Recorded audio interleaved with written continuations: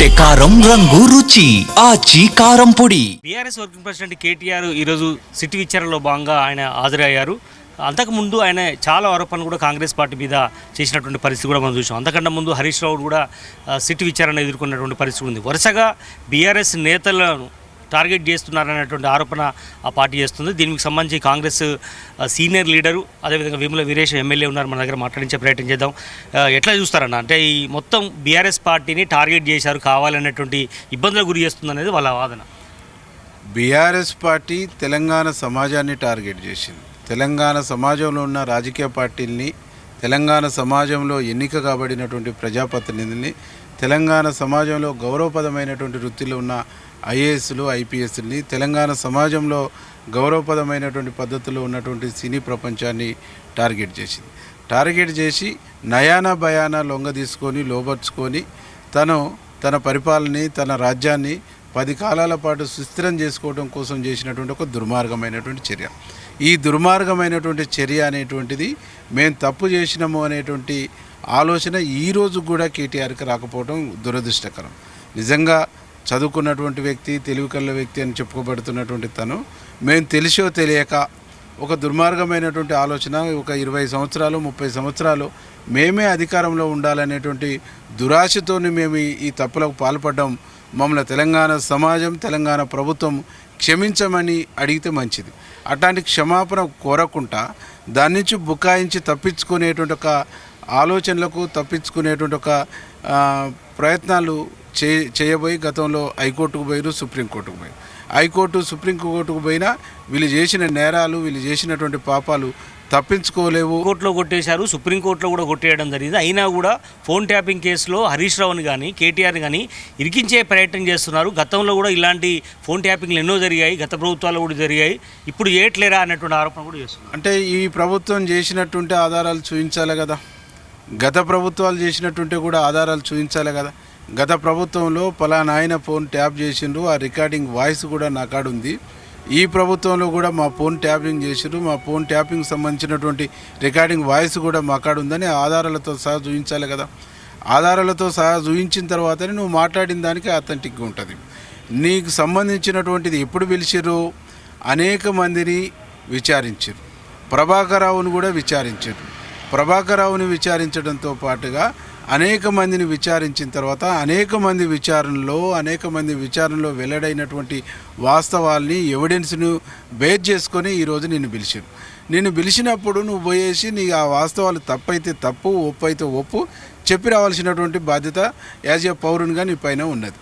కానీ అది చెప్పకుండా దీన్ని పొలిటికలైజ్ చేసి మైలేజ్ కోసం తపన పడటం అనేది ఏదైతుందో, రాజకీయ మైలేజ్ తీసుకొచ్చుకోవాలనేటువంటి ఆరాటపడటం ఏదైతుందో, ఇది అంతకంటే దుర్మార్గమైనటువంటి చర్య ఇంకోటి కాదు. చట్టం తెలిసినటువంటి వ్యక్తినని చెప్తున్నావు, చాలా చదువుకున్నటువంటి వ్యక్తినని చెప్తున్నావు. భారతదేశంలో టెలిఫోనింగ్ ట్యాపింగ్ సంబంధించిన అనేక చట్టాలు వచ్చినాయి. ఆ చట్టాలకు లోబడే చేయాలి. వాళ్ళు కూడా అదే చెప్తున్నారు. దేశ అంతర్గత సమస్యలు కానీ, లేదంటే ఫోన్కి సంబంధించిన కావచ్చు, లేదంటే ఇంకో ఎమ్మెల్యేలు కొనే విషయంలో కావచ్చు, ఇట్లాంటి చాలా అంశాల మీద పోలీసు యంత్రాంగం అంతా నిఘా పెడుతుంది. అందులో భాగంగానే వాళ్ళు చేసి ఉంటారు, మేమెందుకు చేసాం, మాకేం కర్మ అనేది హరీష్ రావు అని కేటీఆర్ అని చెప్తున్నారు. మరి పోలీసు వాళ్ళు చేస్తే పోలీసు మంత్రి, హోమ్ మినిస్టరు మహమ్మద్ అలీ సాబ్ని పిలవాలి. మరి నిన్నెందుకు పిలుస్తున్నారు అంటే ఆయన జోక్యం లేకుండా పోలీసింగ్ వ్యవస్థను, హోంశాఖను నువ్వే నడిపినావు అనేటువంటిది అర్థమవుతుంది కదా. నీ ఇన్వాల్వ్మెంటే ఉన్నదనేది అర్థమవుతుంది కదా. మీరు నియమించుకున్న రిటైర్డ్ ఆఫీసర్ ఆనాడు ఎస్ఐబి చీఫ్గా ఉన్నటువంటి ప్రభాకర్ రావు ఇజ్రాయెల్ టెక్నాలజీని తీసుకొచ్చేసి ఇక్కడ ఉండేటువంటి దాదాపు 6,000 ఫోన్లను ట్యాప్ చేసిండని చెప్పేసి ప్రణీత్ రావు ఇచ్చినటువంటి పెన్ డ్రైవ్లనే ఉన్నది కదా. దాని ఆధారంగానే పిలుస్తారు కదా, దాని ఆధారంగానే ఇది చేస్తారు. కానీ నీకు ఇది ఎవరిచ్చిర్రు, ఈ ఫోన్ నెంబర్లు ఎవరిచ్చిర్రు అని చెప్పేస్తే మీరే చిట్టి రాసి పంపించారు, మీరే ఇచ్చిండ్రు అనేటువంటిది వాళ్ళే చెప్తారు కదా. వాళ్ళు చెప్తుంది అనేటువంటిది అన్ని విషయాలు పేపర్లో కూడా వచ్చినాయి కదా. కాబట్టి నిన్ను దాంట్లో భాగస్వామ్యమైనవు, దాంట్లో నువ్వు నేరంలో పాలు పంచుకున్నావు, నేరాన్ని చేపించింది నువ్వు అనే కదా పిలిచింది. మొదటి నుంచి వాళ్ళ ఆరోపణ ఒకటే చెప్తున్నారు, కాంగ్రెస్ పార్టీలో ఉన్నటువంటి సీనియర్ లీడర్లు కావచ్చు, ముఖ్యమంత్రి స్వయాన మమ్మల్ని టార్గెట్ చేస్తున్నారు, ఎక్కడ కూడా చిన్న తప్పు కూడా చేయలేదు, ఇదంతా పోలీస్ యంత్రాంగం చేసేటువంటి నిఘా వ్యవస్థలో భాగంగా వాళ్ళు చేస్తారు, వాళ్ళని అడగాలి, మమ్మల్ని ఎందుకు అడుగుతారు, ఈ క్షణానికి కూడా మా ఫోన్లు ట్యాప్ అవుతున్నాయి, అది కాదని నిరూపించగలరా అని కూడా వాళ్ళు ఆరోపణ చేస్తున్నారు. వాళ్ళ ఫోన్ ట్యాప్ అయితే ఆధారాలు తెమ్మనండి. వాళ్ళని ఎందుకు లాగుతుండంటే వాళ్ళ పేర్లు చెప్పింది నువ్వు నియమించుకున్న ప్రభాకరరావు, పనీతిరావే కదా, తిరుపతి అయినా కదా అని చెప్పింది.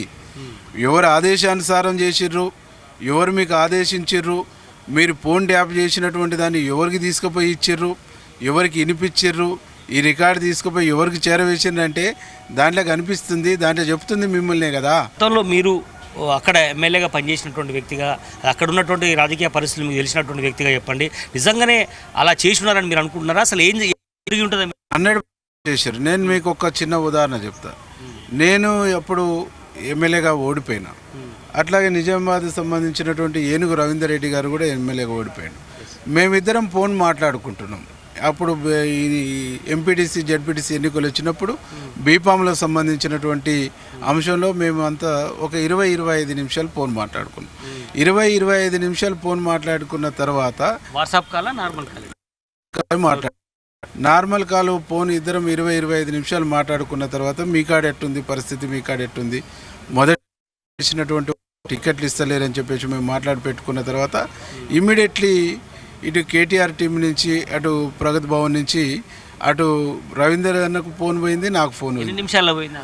మాకు ఒక 20 నిమిషాల తర్వాత మాకు ఫోన్ వచ్చేసింది, ఇద్దరికి వచ్చింది.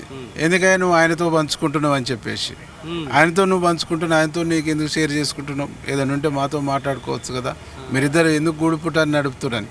ఆయనకు ఫోన్ చేసి నీదే జిల్లా, నువ్వు ఆయనతో ఎందుకు మాట్లాడుతున్నావు అని ఫోన్. ఇప్పుడు నేను ఈయనే ఉన్నా కదా, మీరు ఫోన్ చేసి రావని అడగండి, ఇది నిజమా కాదా. ఇట్లా ఫోను ట్యాపింగ్ చేసిన అనేటువంటి దానికి మేము వితిన్ ద పార్టీలో ఉన్నటువంటి వాళ్ళం ఇంకోరితో పంచుకుంటే ఇమీడియట్లీ మాకు వార్నింగ్ కాల్ వచ్చేది. అంటే ఇంత దుర్మార్గమైనటువంటి సిస్టాన్ని నడిపారు, ఇంత దుర్మార్గమైనటువంటి పద్ధతుల్లో వాళ్ళు 10 సంవత్సరాలు ఉన్నారు కాబట్టి వాళ్ళు ఖచ్చితంగా ఫోన్ ట్యాపింగ్ పాల్పడ్డారు. వారిపైన చర్య తీసుకోవాలనేటువంటిది నాకున్నటువంటి మొత్తానికి రానున్నటువంటి రోజుల్లో ఎవరిని అరెస్ట్ చేస్తారు, ఎవరిని సిట్ నోటీస్ ఇస్తారనే విషయాలు ఇప్పుడు మాకేం తెలియదని కూడా చెప్తున్నప్పటికీ, గతంలో నేను పనిచేసినటువంటి పార్టీగా గతంలో నాకు కూడా స్వయం అనుభవం ఏర్పడింది అని కూడా ఆయన చెప్తున్నటువంటి పరిస్థితి ఉంది. బట్ ఏదైనా కూడా బీఆర్ఎస్ పార్టీ సీనియర్ లీడర్లు కూడా తీవ్రంగా ఆరోపణ చేస్తున్నారు, కాంగ్రెస్ పార్టీ వాళ్ళు కావాలనే మమ్మల్ని ఇబ్బంది పెడుతున్నారని తప్ప ఇందులో మేము చేసింది ఏం లేదు, ఇది లొటపీస్ కేసు అని కూడా వాళ్ళు పదే పదే చెప్తున్నటువంటి పరిస్థితి కూడా మనం చూస్తున్నాం. కెమెరా పర్సన్ క్రాంతో Narender, Zee Telugu news, assembly area నుంచి.